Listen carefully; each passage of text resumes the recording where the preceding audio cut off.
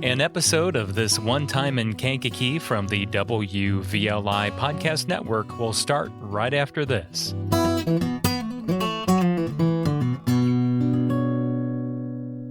Support for This One Time in Kankakee comes from Raven Spring Media, where method, media, and mindfulness create impact. From video production, photography, animation, and team building, Raven Spring Media creates compelling content that captures your brand's unique story in a strategic way. With over 20 years of visual storytelling experience, Raven Spring Media brings together creative expertise and a fresh perspective to every project they undertake. Begin your story today at ravenspringmedia.com. Support for This One Time in Kankakee comes from the Kankakee Area YMCA. The Kankakee Area YMCA is more than just a gym. It's a movement of thousands of people making positive changes in their lives and their community. The YMCA is Kankakee's premier provider of family health and wellness. Become a Y member today at their location on Kennedy Drive in Kankakee or at k3ymca.org. For youth development, for healthy living, for social responsibility. The Kankakee Area YMCA.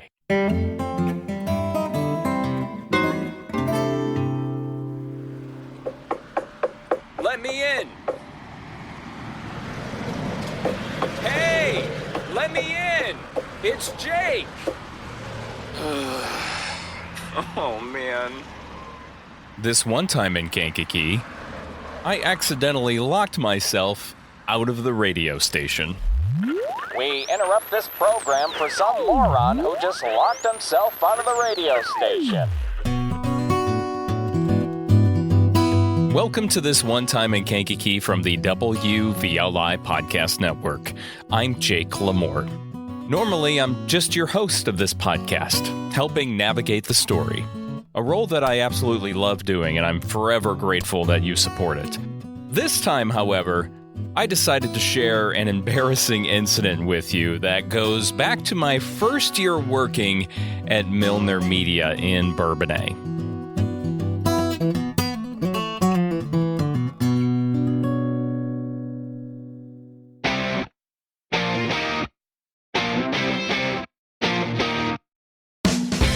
I was born in June of 1990 at St. Mary's Hospital in Kankakee. Growing up in Mantino, I always had a fascination with different forms of entertainment and media. Whether it was making silly movies on my parents' old video camera with friends, acting on stage in high school plays and musicals, or playing in a punk band and writing music, I was always up to something creative. By the time 2014 came along, I was 24. I was burnt out on trying to make a career out of playing in a punk band, and decided to pursue a career in radio instead. I had always had an interest in radio since I was young. When I was in junior high, maybe 6th grade, I even submitted an English project one time where I made my own radio show on a cassette tape. I began attending broadcast school in July of 2014 and started an internship not too long after that at WVLI right on North Convent Street in Bourbonnais for their morning show. It was hosted by Bob Malkowski at that time, with Ken Zier as the morning news anchor. Those two were just so iconic together, and they knew exactly how to crack each other up every morning, even when they were in, super grouchy moods off mic. I learned a lot from them. By December 2014, I was lucky enough to get hired on WVLI's sister station, River Country, hosting middays during the week. At first, I sounded awful, but the owners Mickey and Tim Milner believed I would get better with time. As I began to get more experience behind the mic, more opportunities to be on the air were presented to me. And that included hosting Saturday mornings on WVLI from 7 to noon. This is where today's story comes in.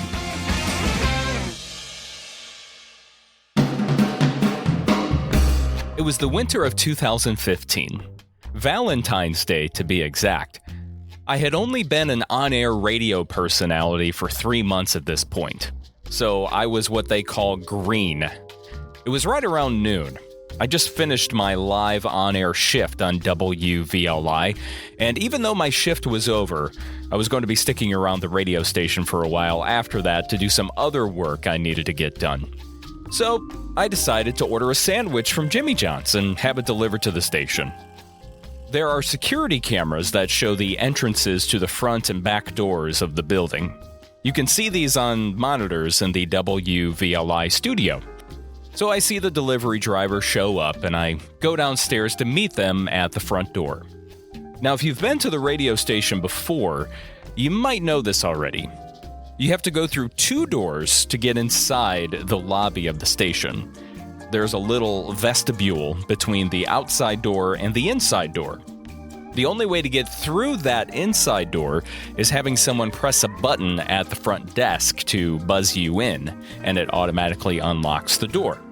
When that door closes, it automatically locks itself. If you're on the inside door, you can manually unlock it and let yourself out. However, not if you're inside the vestibule. There's no doorknob or anything like that to get yourself into the lobby. You have to be buzzed in. So I go downstairs to meet the delivery driver. I open that first door in the vestibule to open the outside door. I open the outside door, grab my sandwich, tip the driver, and close the door. I turned around to open that second door to get back inside the lobby, only to realize I completely forgot to prop the door open before I went outside to get my sandwich. That lobby door had closed behind me, and I successfully locked myself out of the radio station. Aw, man, are you kidding me? The funny part was, I could get in and out of that vestibule because I was able to unlock the latch on the outside door to leave the building. The inside door to get into the lobby didn't have a latch to turn, though. Oh, and I failed to mention this earlier. On Saturdays, there's usually only one person working a regular shift at the station. That person happened to be me. Sometimes there are others that come and go, but it's never at a consistent time. You never know exactly when someone is going to show up on the weekend to track some of their weekend shows. I was all alone. So that's where my dilemma was. The thoughts in my head went a little something like this at that time. I check the belt loop on my pants to see if my keys are there. Nope. No keys there. Oh, that's no problem. I'll just use my phone to call or text one of my coworkers to let me back in. I check my pockets for my phone. Nothing there but lint and chapstick. Crap. Wait, the back door. I can still get in and out of that front door. So I just have to make sure I find something to prop it open so I can get back in the vestibule if I need to do so. I found a little stick or something, and I stuck it in the door frame and went to check the back door. Man, I hope I left it unlocked. Dang it, it was locked. I couldn't believe it. Me, the newbie, the kid at the station at the time, locked himself out with no way to contact anyone. It's wintertime, I have no coat on either. Classic. The only part of the building I had access to was the vestibule. So I went back into the front door, let myself in there, and closed the door. Now what? I was panicked, mad, embarrassed, and frustrated.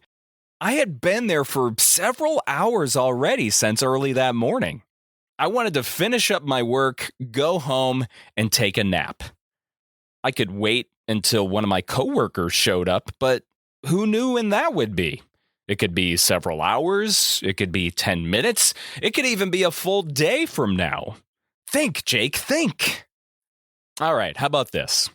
There's the Enterprise Rent-A-Car right across the street. Maybe they'll let me use their phone or computer to get a hold of someone. Yeah, that's worth a shot. I opened the front door, put that stick or whatever it was to keep the door cracked so I could get back inside the vestibule if I needed to, and made my way across the street.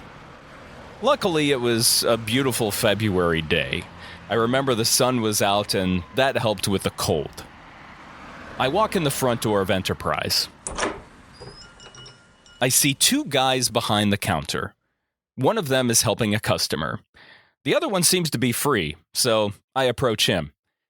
Hey, I work across the street at the radio station, and this is super embarrassing to tell you, but I locked myself out of the building and have no way of getting inside.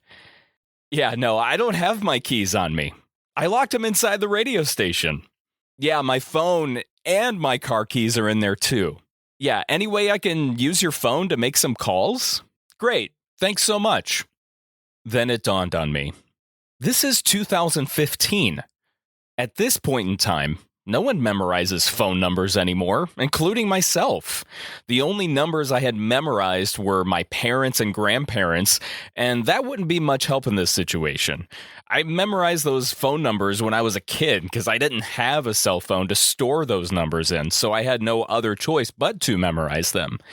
So I don't have anyone's phone number memorized from the radio station. They're all saved in my phone. I've never thought to memorize them. So my brain goes back into 90s mode. Hey, do you have a phone book by chance? Oh, please have a phone book. Shockingly, they had one. I rip it open. I start thumbing through the pages. Whose name do I look up first? I think I looked up my supervisor's name, who was Jim Brandt at the time. I looked for his name in the phone book, and I can't remember if I found it or not. But I do specifically remember finding and calling the station's general manager, Tim Milner. His phone number was in the book. Oh, I was relieved. Only for a moment, though, because now I have to go through the hurdle of hoping he will answer. Again, it's 2015. By this time, most people had cell phones, many people got rid of their house phones, or if they even had one, they never answered it because it was mostly spam calls. So I called Tim's home phone. Please answer. Please pick up. Great. No answer. I think it went to his answering machine, but I don't remember. I made a few more phone calls to some other coworkers' numbers I found, but had no luck. Then another idea struck me. Hey guys, I can't seem to reach anyone on the phone. Can I log into my Facebook account on your computer? Thanks. I get onto one of their computers. This computer and the internet it had on it was as slow as dial-up AOL. Great. This is reassuring. Luckily, I was friends with a few of my coworkers on my Facebook account. One of the people I messaged was named Jennifer. She was a sales rep for the station at the time. The message went exactly like this. Hey, Jennifer, I'm locked out of the station. Any way you can do me a huge favor and let me in? My phone is locked in there too. I'm on a computer across the street. I'll buy you food if you can help me out. I waited a little while for a response and didn't get one. I figured I shouldn't stay here at Enterprise for too long because what if someone came to the station while I was over here? They would have no idea that I was locked out. So I left back for the station, hoping someone would see one of my messages and come to the rescue. Hey, thanks for letting me use your phone and computer. Ha, yeah, it's embarrassing. Have a great day, guys. I crossed the street and headed back to the station. I noticed one of my coworkers' cars was in the parking lot. A wave of excitement shoots down my spine. I'm saved! For the life of me, I can't remember which coworker it was at the time, but I guess it doesn't matter for the sake of this story. I slip back into the front door into that little vestibule. I begin knocking on the inside door that lets you into the lobby. Hey! Let me in! No one came. I knocked and yelled louder. Hey! Let me in! It's Jake! I'm trapped in between the front doors! Still nothing. I kept trying, but no luck. I think I even went back outside to try and get their attention, but again, nothing. They must have been recording their weekend shows with their headphones on, blaring with loud music, and couldn't hear me. Great. Guess I'll go back in my little cubbyhole and wait. It felt like forever. I think in total, though, it was only about an hour or two. Finally, I spot Jen through that second glass door walking into the lobby. I never felt more excited, relieved, and truly embarrassed all at once. She opens the door and lets me into the lobby. I can't remember what she said to me or what I said to her after that. I'm sure it was something along the lines of, "You got my messages! Thank you so much for coming by and letting me out. I mean, in. I felt like an animal trapped in a glass cage." I'm sure she asked me how in the world did I lock myself out, where my phone and my car keys were. Not long after that, I got back into the station and upstairs to finish my work for the day. I opened my Facebook to send a message to Jen to thank her. The thread went as follows. "Jen, you totally saved the day. I can't thank you enough. I'm going to get so much for this on Monday." I believe I did end up posting about the humiliating story on Facebook. I did go back to look, but I can't seem to find the post. It's been over 10 years. So Monday rolls around. I was expecting to get teased super hard by my coworkers.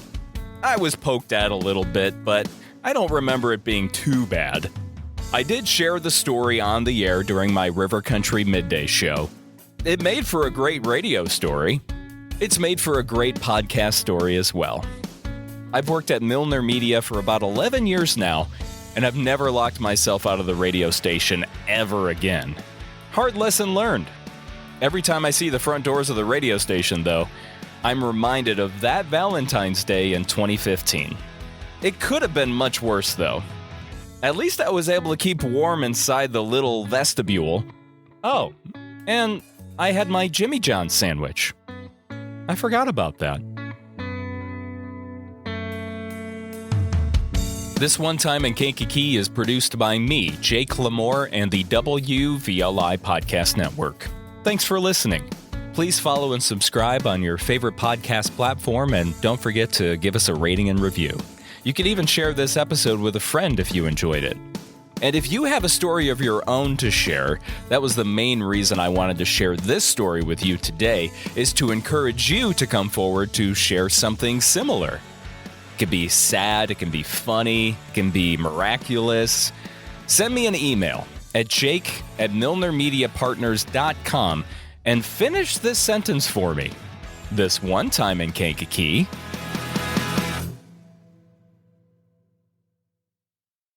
Listen to all of today's local news in one place.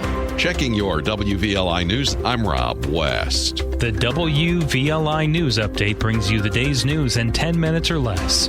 Clear, credible, and on your schedule. Follow now wherever you get your podcasts or at WVLI927.com and click on air. It's all part of the new WVLI Podcast Network. The voices you trust beyond the dial.